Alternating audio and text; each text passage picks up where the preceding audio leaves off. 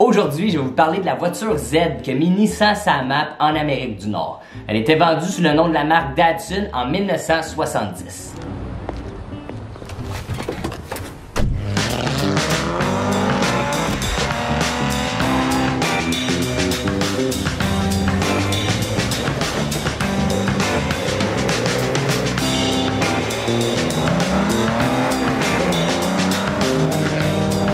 Avec son style accrocheur et son prix qui était abordable, cette petite sportive avait non seulement le look, mais les performances qui étaient très élevées pour l'époque.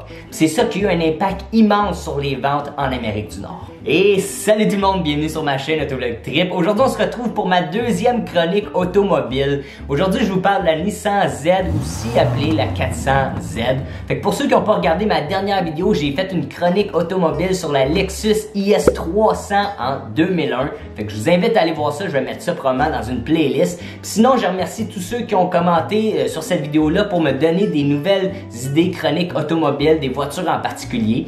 Puis vous pouvez aussi me dire dans les commentaires qu'est-ce que vous pensez de la 400Z ou c'est quoi la note que vous lui donnez sur 10. Donc pour commencer, pour ce qui est de l'intérieur, là si on regarde son capot qui est assez long avec des lumières assez circulaires, ça nous fait un petit clin d'œil à la première Z. Pour la ligne de toit, ça nous rappelle la 370Z. Puis ensuite, si on regarde l'arrière, ça nous rappelle l'époque de la 300ZX avec ses lumières assez horizontales. Pour ce qui est des performances moteurs, enfin Nissan nous écoute.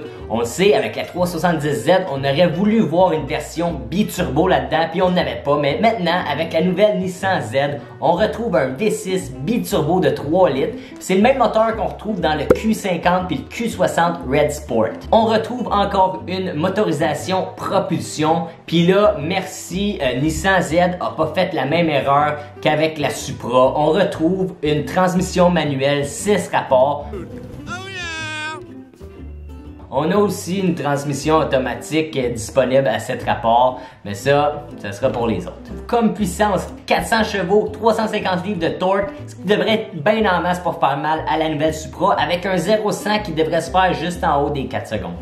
Pour ce qui est de l'intérieur, un gros wow. Parce que si on recule avec la 350Z et la 370Z, c'était pas les intérieurs les plus wow. Puis on dirait qu'ils avaient tiré ça de la 350Z jusqu'à 370Z, puis il manquait vraiment un petit coup de rajeunissement là-dedans.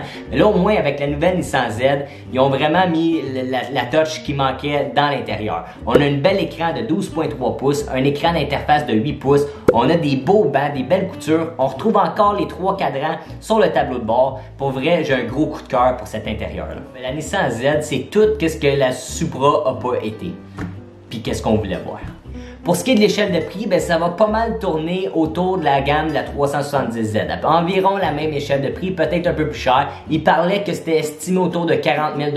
Fait que ça va être à voir. Mais s'ils sont capables de garder un prix beaucoup plus bas que la Supra avec une transmission manuelle, un V6 biturbo, écoute, je verrais pas pourquoi que le monde sauterait pas là-dessus à une Supra. On va avoir aussi deux versions disponibles pour la Nissan Z, une version sport et une version performante. On va aussi avoir une édition spéciale limitée à 240 exemplaires. Puis ça va être pour rendre hommage à la 240Z qui était un peu le début de la tradition, puis ça se trouve être un peu comme le père de la Nissan Z. Donc, c'est déjà la fin de la vidéo, mais là, c'est le moment où je vous donne ma note personnelle sur 10.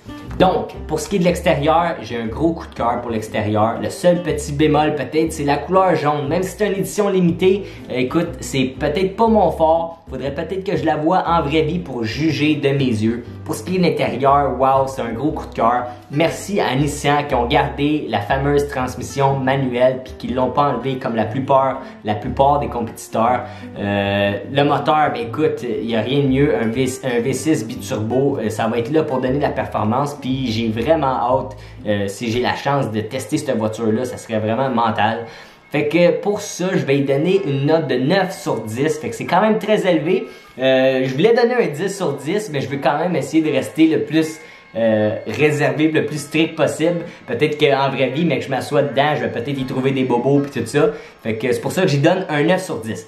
Mais sinon, avant de finir, je voulais juste prendre le temps de remercier Vincent Tremblay, Isiac Lepage, Zach Prou, puis Folsy qui ont commenté dans ma dernière vidéo, ma dernière chronique dans le fond, puis qui m'ont donné des suggestions de voitures pour mes prochaines chroniques. Fait que si vous voulez voir des voitures spéciales, écrivez-le dans les commentaires, dites-moi votre note personnelle, puis qu'est-ce que vous pensez de cette voiture-là. Puis sinon, on se retrouve dans ma prochaine chronique automobile. Salut là tout le monde, ciao bye!